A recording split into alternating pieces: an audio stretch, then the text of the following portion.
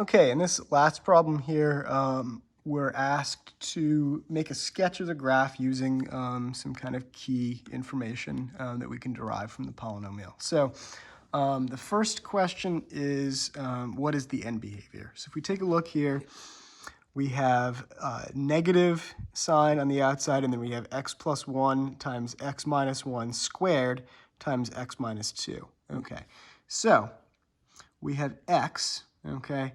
From here, because we have this squared, this power on the outside, we're going to have an x squared from here. Then we have another x, okay?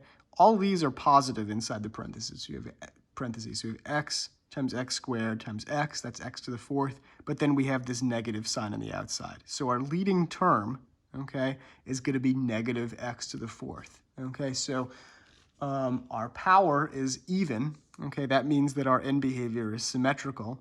And our sign is negative, which means we're going to be going down on both sides. So we want to find the option that says falls to the left and falls to the right.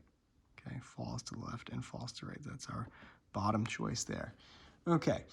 Now we want to list the zeros, but we don't want to just list the zeros. We want to list them according to type. So we want to look at the zeros where the graph crosses the x-axis and where it doesn't cross, it just touches. Okay, it just touches but does not cross the x-axis.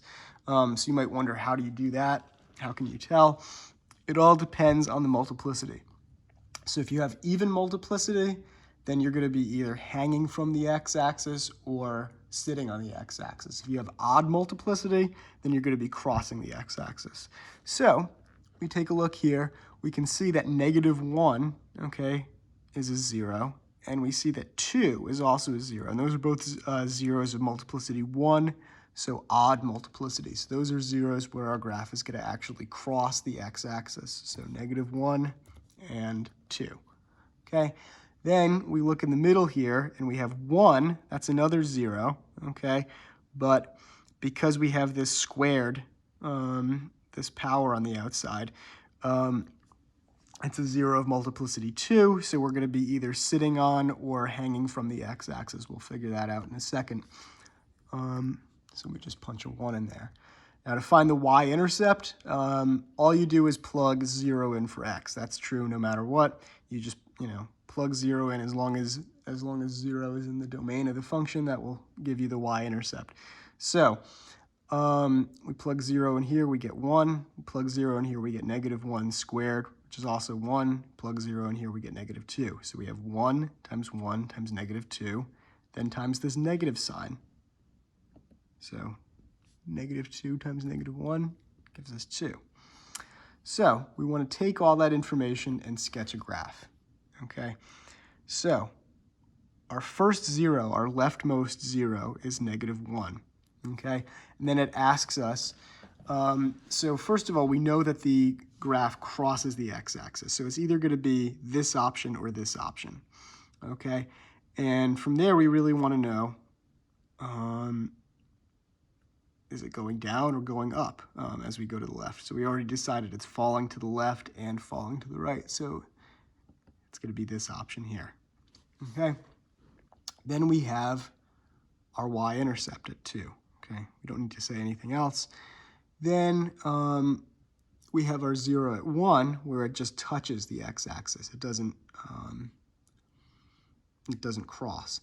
So looking at it, we know all the zeros of the function. We have a 0 here, we have a 0 here, and then we're going to have another 0 over here. Okay, so what we need to do is we need to figure out how can we draw through this point, through that point up here, and back down here without crossing the x-axis again. So we can see pretty clearly if we wanted this type, okay, we would have to have gone underneath and then be coming back up. But we can't do that because there's no zeros in between here and here. So it has to be this option here, where we're just kind of, we're going up, hitting our y-intercept, then maybe coming back down, and then coming back up. And finally, we have a 0 at 2. Okay, this is another one of those ones where it crosses, so it's either the first option or the second option. And we think about our end behavior, it's also falling to the right. So this is our last 0, so it's going to cross through there and then keep going. So it's going to look like this option here. Okay, Now we have all those little pieces. You can kind of see, we don't know exactly what the graph is going to look like, but the contour of it, the overall shape is going to be, we'll come up from here, okay? We'll go through this point down here, maybe up a little bit, back down, and then we'll keep going down. So let's click, and that's just about what we get. Okay, that same contour, and that's all there is to that problem.